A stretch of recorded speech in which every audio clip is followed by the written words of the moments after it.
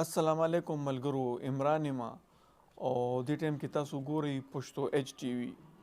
که یو ښځه یا یو زنانه د ډېر لوی سړي ښځه یې یا د منسټر ښځه یې یا د 21 ګریډ یا د 22 ګریډ افسر ښځه یې خو اخر به خاورو لځي. یو نیوز در سره شیر کوم چې د سینیر ایکټر کامیډین ایکټر د اسماعیل شاهد صاحب د هغه ښځه وفات شوې ده او هغه د دنیا نه لاړه.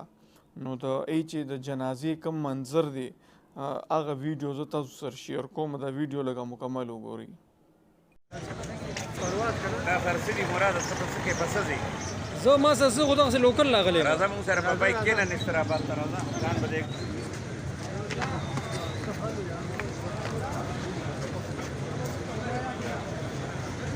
السلام علیکم ورحمۃ اللہ وبرکاتہ. قدرمنو مراد علي کډلنګ ما د پرواز ټي وی لخوا او نن موجود ما په پیښور کې. قدرمنو تاسو ته پته پکاره چې نن د پښتو د ژبې د یو ډېر تکړه هنرمند یو ډېر ښه اداکار فرایډ پرفارمنس صدارتي واډیاب ته هنرمند اسماعیل شاهد صاحب کورودانې په حق رسیدلی ده. په دغه غم کې په دغه جنازه کې په ګڼ تعداد سره خلکو شرکت وکړو چې پای کې سیاسي سماجي او د شوبز ګڼ خلک شریکو. د جنازې منظر به هم تاسو ته ښیو. کوشش به کوو چې د کم هنرمندان راغلي دي سره پکې خبرې اترې وکړو. د افسوس خبره دا ده چې زموږ د پښتو د ژبې چې کوم سټارز هیروز دي په دې وخت کې چې کوم نماینده اداکاران دي د فلم هغوی یو کس هم په دې جنازه کې شرکت ونه کړو. سینیر اداکارانو کوم چې د ټي وي اداکارانو کوم چې د سټیج اداکارانو هغوی شرکت وکړو. خو بهرحال چې کوم زموږ نماینده هیروګان دي زه نومونه اخیستل نه غواړم، بهرحال تاسو یې پیژنئ، هغوی یو کس هم په دې جنازه کې شرکت ونه کړو. نو ډېره د افسوس خبره ده، ډېره د دُخ خبره ده، ځکه چې اسماعیل شاهد صاحب ټول عمر خلک خندولي دي، د خلکو په مخونو باندې خندا راوستې ده. نن په هغوی باندې غم دی، په هغوی باندې درد دی، په هغوی باندې تکلیف دی. نو په دغه تکلیف کې موږ له د هغوی سره شرکت کول لازمي وو.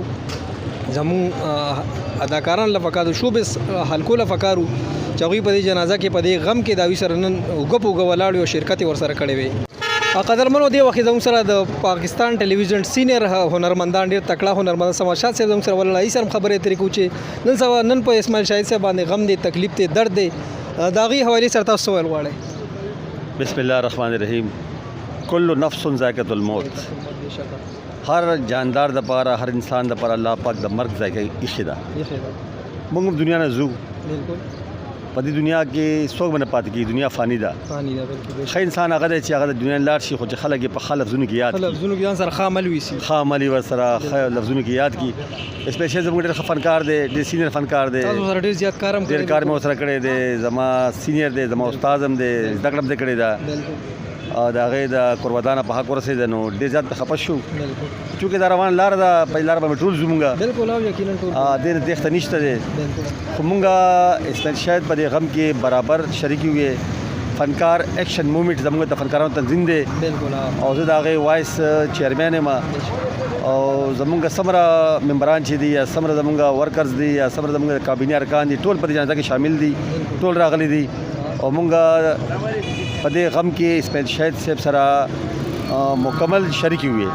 الله دې مرحومي ته جنت الفردوس کې ځای ورکړي او الله پاک دې اسماعیل شاهد ته او د هغې کورنۍ ته ډېر ډېر صبر ورکړي. ډېره مننه جی.